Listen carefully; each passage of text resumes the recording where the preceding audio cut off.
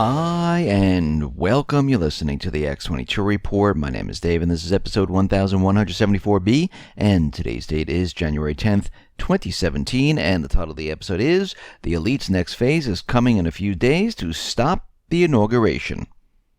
Let's get into the economic collapse, political and geopolitical news.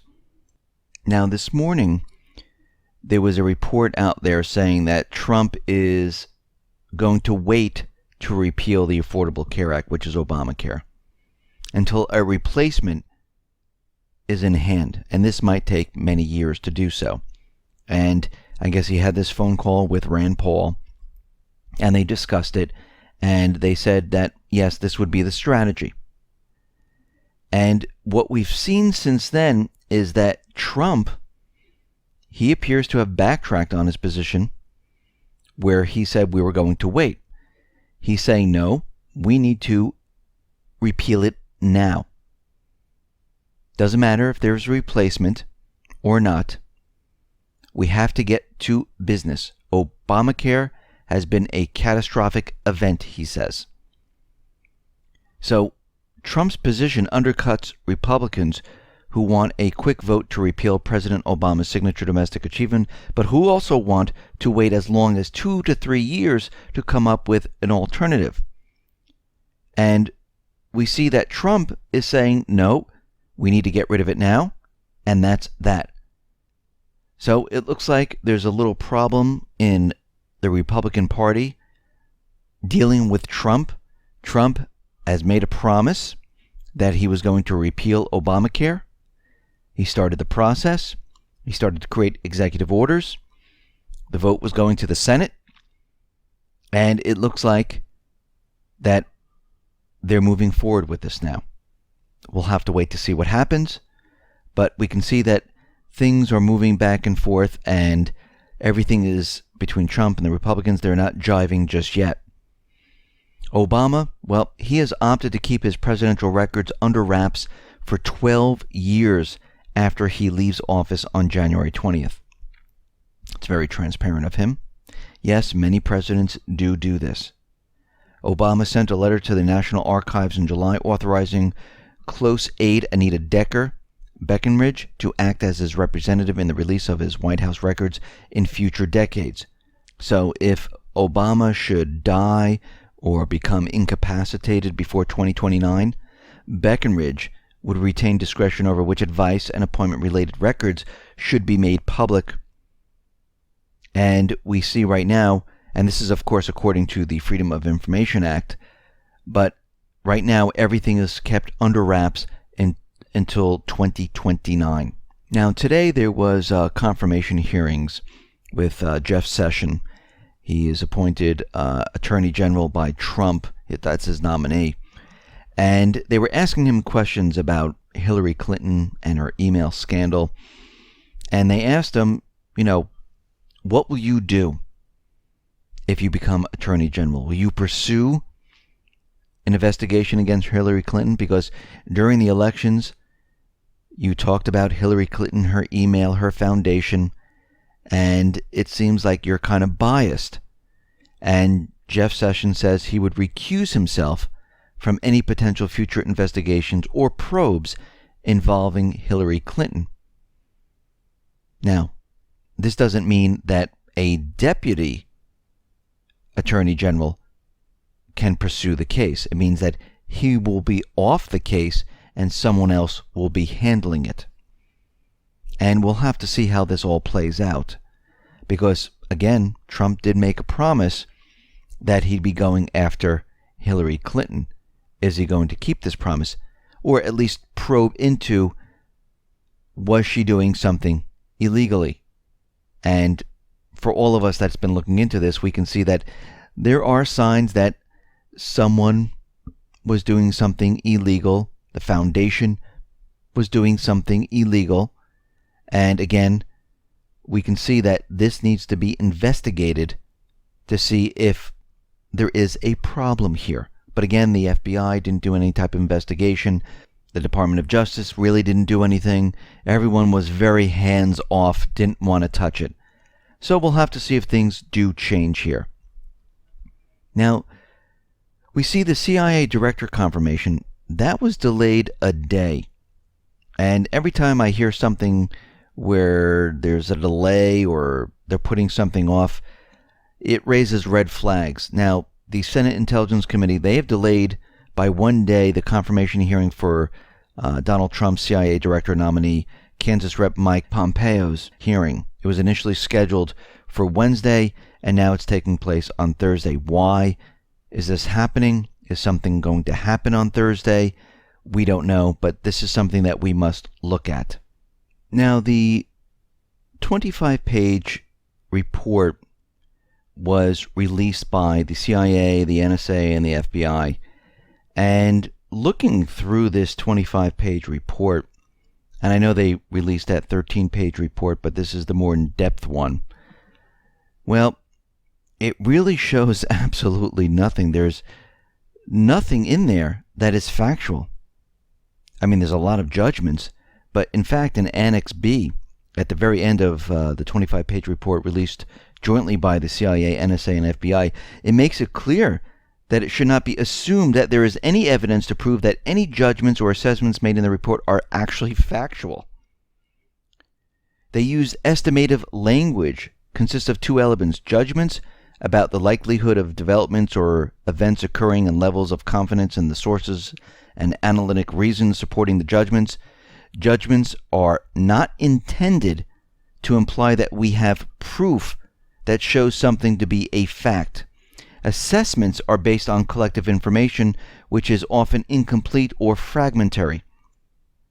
And we see right now, instead of providing proof, the report relies heavily on innuendo and spends numerous pages focusing on the content of Russia Today reporting and the news outlet's staff. In some cases, going back several years before the election, to make high-confidence assessments and high-confidence judgments, which really means nothing. Because high confidence does not mean the report's assessment is a fact or a certainty. And what we're looking at right now is this gigantic report which tells us absolutely nothing. And of course, the U.S. government is out there, the State Department is saying that, well, it wouldn't be right for the agencies to reveal the real evidence of what happened because that would be irresponsible. Well, shouldn't the American people have all the facts before we go to a war or cyber attack a country? I mean, look what happened with Iraq with weapons of mass destruction. They wanted us to believe them. They made their case. They showed us this little powder. They kept on saying that they have it, and it turned out to be a complete lie. So excuse me if we want proof. And guess what? When we call them out on it, they cannot show it. The people of the country have every right to see the actual proof of how they determined that Russia actually hacked. And they can't do it. And everything that we've looked at, all the IP addresses, the 13-page report, the 25-page report, nothing in there shows us that they actually did this. Again, it's propaganda, and they're using it on the people. Now, a couple reports ago, we talked about how the U.S. is sending a huge number of troops, assets, over to Europe. And this is Operation Atlantic Resolve.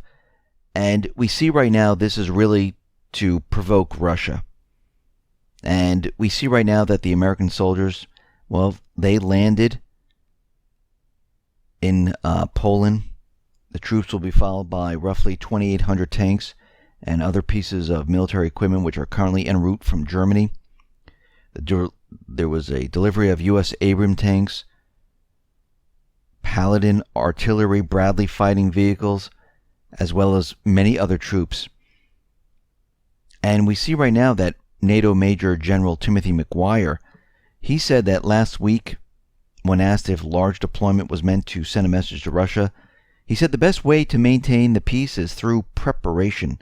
One of the largest movements of U.S. troops to Europe since the Cold War, and we are ready to go up against Russia.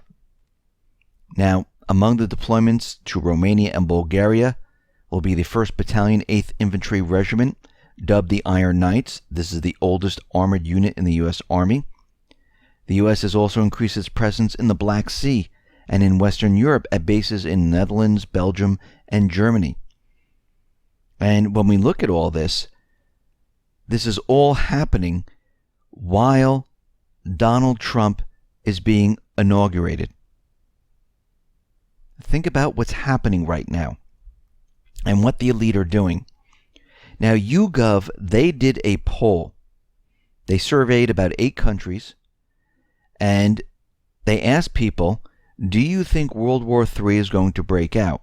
They polled around 9,000 people, and this is the answer from the poll. According to the results, the U.S. said yes, 64% believe we're heading towards a war. France, 64% said yes, we are heading towards a war. Germany, 63%. Britain, 61%. Finland, 52%. And it goes into Sweden, 48%, Norway, 46%, Denmark, 45%. So the poll found that the governments around the world are convincing us that we are heading towards this war. The poll also found Russia is considered to be a major or significant military threat to the rest of Europe. So the propaganda coming out of the corporate media, coming out of these governments, it is working on the people. They do believe that Russia is a threat, and they do believe that we're heading towards war. And from all these movements of assets and troops provoking Russia, recalling all the aircraft carriers back home here to the United States, maybe to have them as sitting ducks, or maybe to rearm them and send them out again. We don't know. But it's very peculiar to do so as Obama is leaving office. So all that we're seeing right now is all happening in the last couple of weeks of Obama sitting in office. And to me and to many other people, it looks like it's a complete setup, that they're really going to try to push war. Now, out in Libya, the General Electricity Company of Libya has warned of a possible total blackout in Libya's electricity network if today's blockade of the main fuel pipeline by fuel smugglers continues, saying that everything in the country will be completely blacked out. There'll be no power whatsoever. And we see right now that the people of Libya are selling the oil. They're calling them smugglers. And we have the central bank and the controlled area where they're trying to maintain control of the sale of oil. Now, anyone that tries to sell the oil, not going through the central bank, not using the petrodollar, they are considered smugglers. That you're not going through the proper system.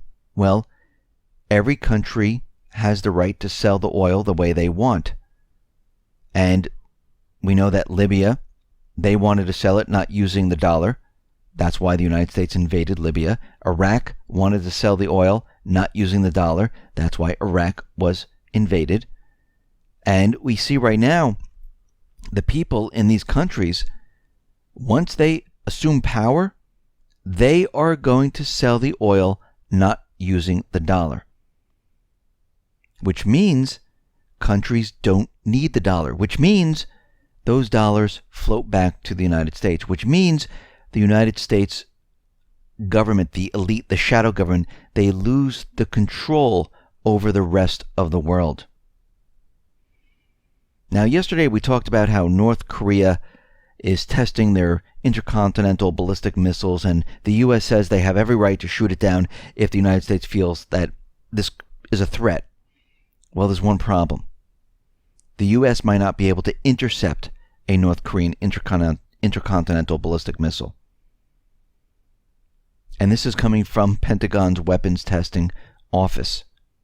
They're saying that the United States right now doesn't have the capability of shooting down one of their missiles. The U.S. has limited capability to defend the U.S. homeland from small numbers of simple North Korean nuclear-tipped ICBMs, which is very interesting, because think about this for a second. If they could create a situation where they make us believe that North Korea actually shot a missile into the United States and could not be blocked, war would be started. If North Korea shoots off a missile and the U.S. does shoot one down, well, North Korea would say this is an act of war. So they're covering all bases right now. And people say, well, no, this would never happen. They would never shoot a missile into the United States. Remember, they brought down the World Trade Center. And everyone thinks of a false flag as fake, where people don't die. No, a false flag is to get the people to do something that they normally wouldn't do. So it's a complete setup where they actually do something where they blame it on a country or group, and that country or group never really did it. It doesn't mean it's fake. It means that it's false. It really didn't happen the way they're saying it happened. So if there's a missile that is shot over from North Korea, maybe it was shot over from South Korea, but they'll report that it came from North Korea, it will hit somewhere here in the United States. Maybe it won't hit a major city, but it will hit maybe a town or another area where they can say, oh my God, look what just happened. We didn't have the capability of shooting it down. North Korea just fired their missile and they were successful. That would be a false flag, where they made it look like North Korea actually did this, but it was fired from South Korea. It had the North Korean markings on it. They tracked it. The corporate media put out the fake news that North Korea just fired a missile at us. It hit. People died. Time to go to war. Now, am I saying this is going to happen? No. But from the indicators and what they're trying to do, we can see this could happen. Any scenario could happen. Look back through history on what they've done to get us into war. They've created many false flags in the past where people have died, ships have gone down, and they brought us into war.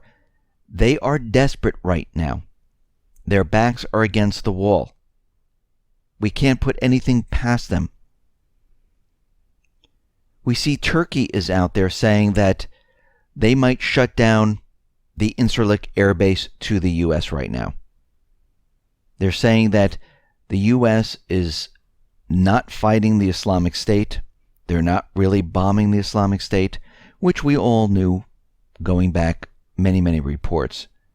And we see that Turkey is getting closer and closer to Russia, and right now they're moving further and further away from the United States. We see ISIS, Al-Qaeda, and the moderate rebels still in Syria. They have a campaign underway to destroy Syria's public utilities. And we see right now the U.S. Air Force is involved in this, and they are coordinated actions to try to hit as many parts of the infrastructure as possible right now. Will it work? Most likely not. Because we can see that Russia, Syria, they've been pushing the Islamic State back. It looks like the U.S. is also doing a mop-up mission right now, getting rid of evidence. This is a last-ditch effort right now to try to take control of the situation, but it doesn't seem like it's working. Now, we know on January 20th, Inauguration Day is going to happen. Trump is going to be sworn in. And we see right now the establishment, the elite, their stated goal is to disrupt the inauguration festivities as much as possible. And they are planning a wide range of actions to achieve the stated goal.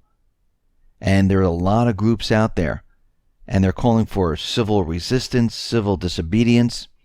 But others are openly talking about blockades, jumping barricades, throwing projectiles, shutting down the city.